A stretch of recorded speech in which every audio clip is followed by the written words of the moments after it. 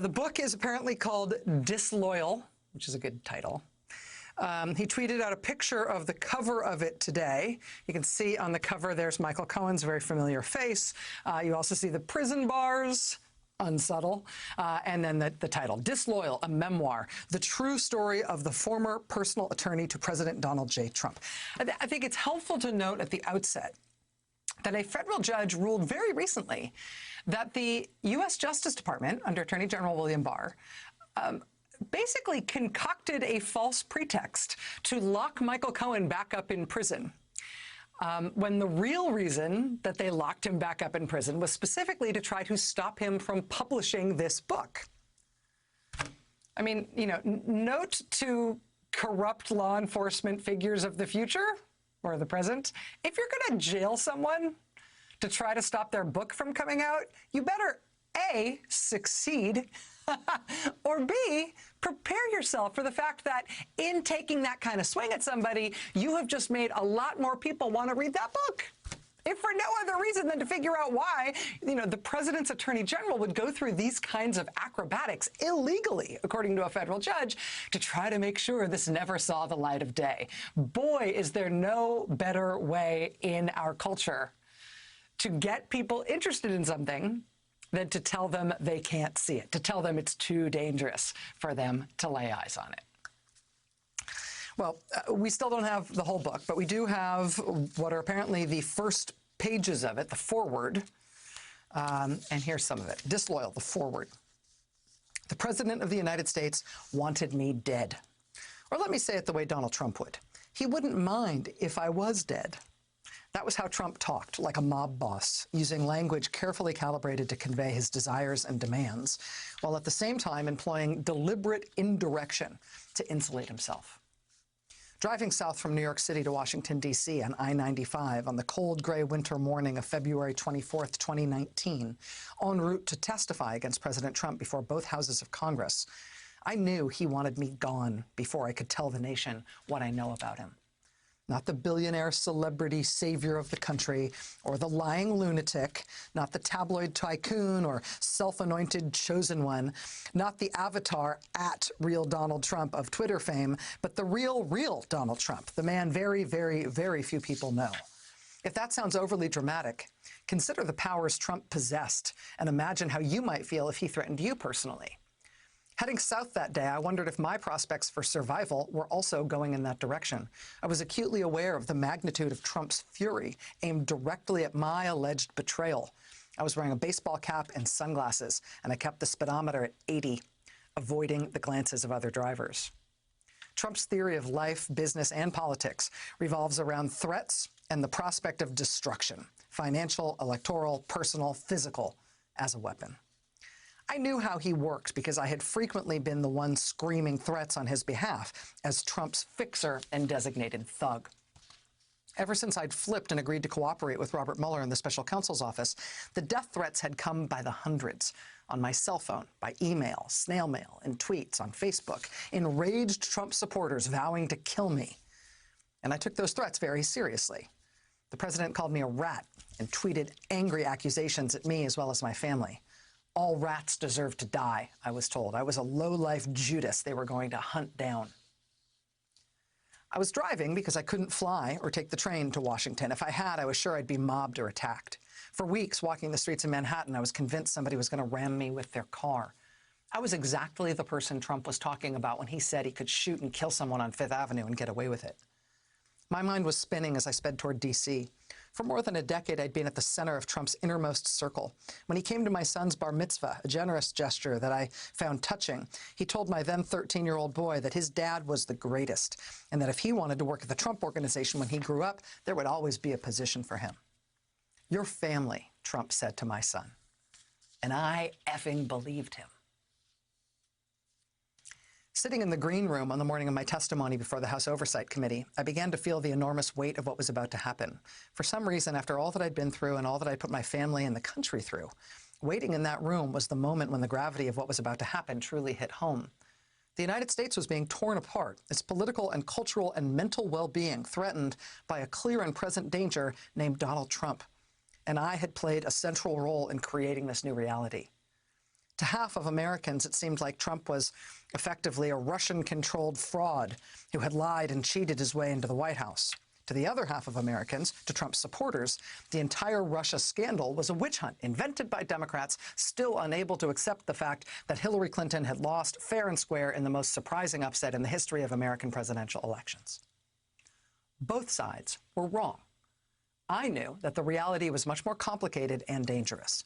Trump had colluded with the Russians, but not in the sophisticated ways imagined by his detractors. I also knew that the Mueller investigation was not a witch hunt. Trump had cheated in the election with Russian connivance, as you will discover in these pages, because doing anything, and I mean anything, to win has always been his business model and his way of life. Trump had also continued to pursue a major real estate deal in Moscow during the campaign. He attempted to insinuate himself into the world of President Vladimir Putin and his coterie of corrupt billionaire oligarchs. I know because I personally ran that deal and kept Trump and his children closely informed of all updates, even as the candidate blatantly lied to the American people, saying, "There's no Russian collusion. I have no dealings with Russia." The one thing I can say with absolute certainty is that whatever you may have heard or thought about me, you don't know me or my story or the Donald Trump that I know. For more than a decade, I was Trump's first call every morning and his last call every night. I was in and out of Trump's office on the 26th floor of the Trump Tower as many as 50 times a day, tending to his every demand. Our cell phones had the same address books, our contacts so entwined, overlapping, and intimate that part of my job was to deal with the endless queries and requests, however large or small, from Trump's rich and famous acquaintances. I called any and all of the people he spoke to, most often on his behalf as his attorney and emissary, and everyone knew that when I spoke to them, it was as good as if they were talking directly to Trump. Apart from his wife and children, I knew Trump better than anybody else did. In some ways, I knew him better even than his family did, because I bore witness to the real man in strip clubs, shady business meetings, and in the unguarded moments when he revealed who he really was: a cheat, a liar, a fraud, a bully, a racist, a predator, a con man. There are reasons why there has never been an intimate portrait of Donald Trump the man. In part, it's because he has a million acquaintances and pals and hangers-on, but no real friends. He has no one he trusts to keep his secrets. For 10 years, he certainly had me, and I was always there for him. And look what happened to me. I urge you to really consider that fact. Trump has no true friends. He has lived his entire life avoiding and evading taking responsibility for his actions. He crushed or cheated all who stood in his way. But I know where the skeletons are buried, because I was the one who buried them. When Trump wanted to reach Russian President Vladimir Putin via a secret back channel, I was tasked with making the connection in my Keystone Cop fashion. I stiffed contractors on his behalf. I ripped off his business partners. I lied to his wife Melania to hide his sexual infidelities, and bullied and screamed at anyone who threatened Trump's path to power. From golden showers in a sex club in Vegas, to tax fraud, to deals with corrupt officials from the former Soviet Union, to catch and kill conspiracies to silence Trump's clandestine lovers. I wasn't just a witness to the president's rise, I was an active and eager participant. As you read my story, you will no doubt ask yourself if you like me, or if you would act as I did. And the answer will frequently be no to both of those questions. But permit me to make a point. If you only read stories written by people you like, you will never be able to understand Donald Trump or the current state of the American soul. More than that, it's only by actually understanding my decisions and actions that you can get inside Trump's mind and understand his worldview. As anyone in law enforcement will tell you, it's only gangsters who can reveal the secrets of organized crime. If you want to know how the mob really works, you've got to talk to the bad guys. I was one of Trump's bad guys. In these dangerous days, I see the Republican Party and Trump's followers threatening the Constitution, which is in far greater peril than is commonly understood. I see them following one of the worst impulses of humankind, the desire for power at all costs. Now, sitting alone in an upstate New York prison, wearing my green government-issued uniform, I've begun writing this story longhand on a yellow legal pad. I've often written before dawn, so not to be disturbed in my thoughts when my fellow inmates awoke. I had to report to the sewage treatment plant where some of us worked for a wage of $8 a month. As the months passed by and I thought about this man I knew so well, I became even more convinced that Trump will never leave office peacefully. The types of scandals that have surfaced in recent months will only continue to emerge with greater and greater levels of treachery and deceit. If Trump wins another 4 years, these scandals will prove to be only the tip of the iceberg. I'm certain that Trump knows he will face prison time if he leaves office, the inevitable cold karma to the notorious chance of lock her up. But that's the Trump I know, in a nutshell. He projects his own sins and crimes onto others, partly to distract and confuse, but mostly because he thinks everyone is as corrupt and shameless and ruthless as he is. It's a poisonous mindset I know all too well.